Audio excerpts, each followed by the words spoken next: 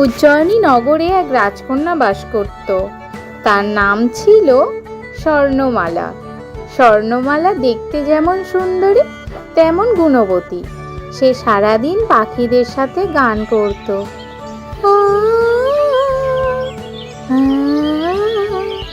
এইভাবে তার দিন ও রাত কেটে যেত। রাজকুমারীর খুব ছোটবেলায় তার মাতা কৃষ্ণমালা মারা যান। তারপর থেকেই রাজকুমারী রাজার আদরে বড় হয়ে ওঠে। রাজকুমারীর দেখাশোনার জন্য রাজা আবার দ্বিতীয় বিবাহ করে। এরপর অনেক দিন কেটে যায়। রাজকুমারী এখন অনেক বড় হয়ে যায়। রাজকুমারী স্বর্ণমালা ও তার বোন রূপমালা এখন যুবতী, কারণ রাজার দ্বিতীয়বার বিবাহর পর তার দ্বিতীয় সন্তান হয়। কিন্তু রাজকুমারী স্বর্ণমালার কপালে সুখ বোধহয় আর নেই। রাজা মশাইও তার কিছুদিন পরেই মারা যায়। এদিকে ষড়যন্ত্র করে ছোট রানী ও তার কন্যা। শোনো মা, স্বর্ণমালাকে আর এখানে রাখা যাবে না, বুঝলে তো?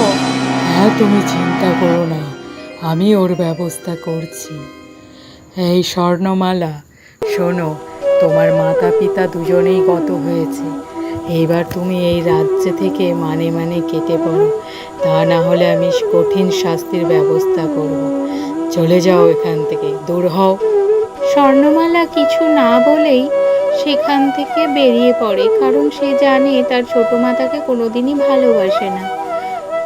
এইভাবে রাজকন্যা জঙ্গলের পথ ধরে হাঁটতে হাঁটতে ক্লান্ত হয়ে যায়। উফ, অনেক ক্লান্ত হয়ে যাচ্ছি। জানি না আমাকে আর কত দূর হাঁটতে হবে। আমি আর পারছি না। না, সামনের দিকে আর একটু হেঁটে যাই। ও মা, ওই দিকটা যেন একটা রাজপ্রাসাদ দেখতে পাচ্ছি। হ্যাঁ তো,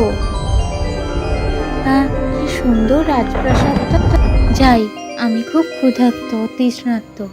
নিশ্চয়ই ভিতরে আমাকে এই সাহায্য করবে। কেউ আছেন? কেউ আছেন?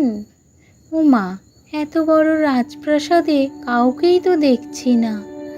কি সুন্দর রাজপ্রাসাদ, স্বর্ণয় পুরো চমকাচ্ছে। চারিদিকটা কি সুন্দর। কেউ আছেন এখানে? কিছুই তো বুঝতে পারছি না। আমি খুব ক্ষুধার্ত। ওইদিকে মনে হচ্ছে কিছু খাবার দেখতে পাচ্ছি। এখন আমি খেয়ে নিই, তারপরে দেখা যাবে। জানি না এটা কার প্রাসাদ, সে কি মনে করবে, কিন্তু আমার প্রচণ্ড এখন খিদে পেয়েছে। আমি এখন খাবারটা খেয়ে নিই। তারপর রাজকন্যা কাঁদতে কাঁদতে সে ঘুমিয়ে পড়ে ক্লান্ত হয়ে। হঠাৎ রাজপ্রাসাদে ধুমধাম আওয়াজ হয়।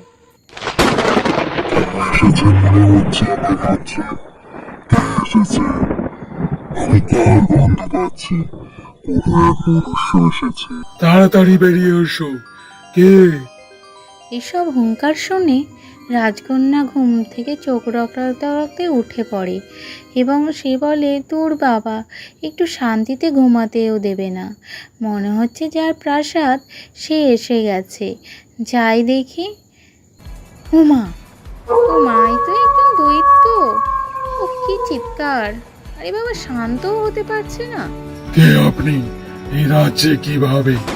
আমাকে দেখে ভয় পাচ্ছেন না কেন? আপনাকে ভয় পেতে যাবো কেন? হ্যাঁ, আপনার খাবার খেয়ে নিয়েছি বলে আপনি এত হুঙ্কার করছেন তো? আমি এক্ষুনি আপনার জন্য খাবার বানিয়ে আনছি।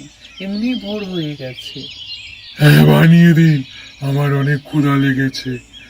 ওহ, মনটা শান্তি হলো। হ্যাঁ, আপনি তখন আমাকে জিজ্ঞাসা করছেন আমি কে। আমি হলাম উজ্জয়িনী নগরের রাজকন্যা স্বর্ণমালা। আমার সাথে অনেক খারাপ কিছু হয়েছে। আমার পিতামাতা মারা যাবার পর আমার সৎ মাতা ও ভগিনী আমাকে রাজ থেকে বের করে দেয়।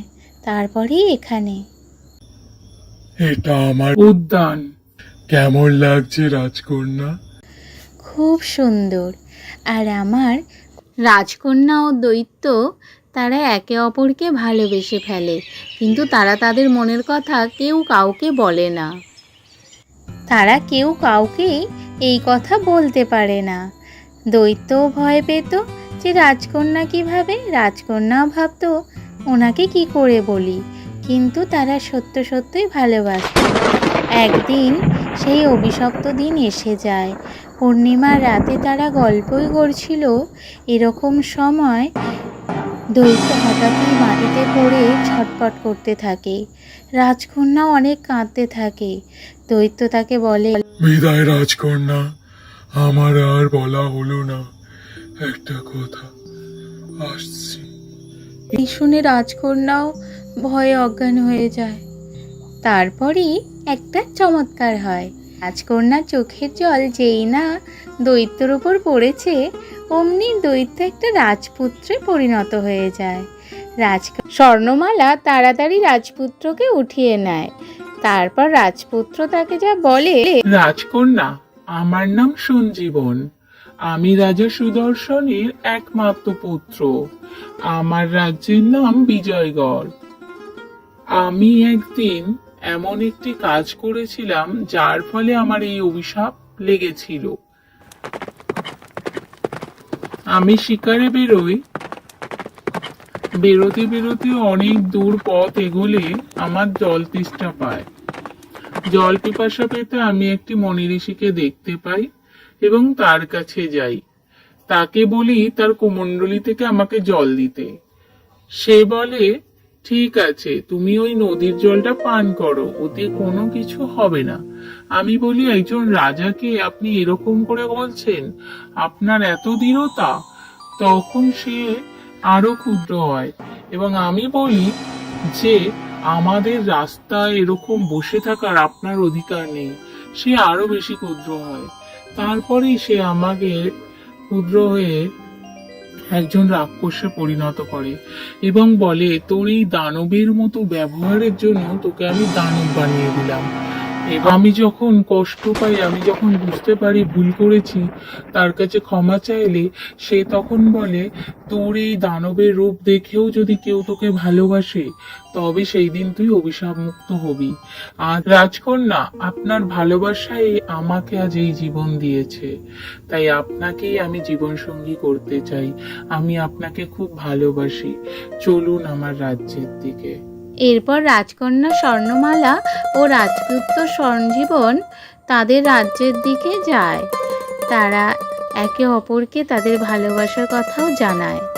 এইভাবে তারা ধীরে ধীরে রাজ্যে পৌঁছে যায় এবং রাজ্যের ভিতরে গিয়ে স্বর্ণমালার সাথে রাজপুত্র তার পিতামাতার পরিচয় করিয়ে দেয়। রাজপুত্রকে দেখে তার পিতামাতা অনেক খুশি হয়। সাথে স্বর্ণমালার সাহসিকতার পরিচয় পেয়ে তারা অত্যন্ত প্রসন্ন হয় এবং তারা ধুমধাম করে রাজপুত্র ও স্বর্ণমালার বিবাহ দিয়ে দেয়।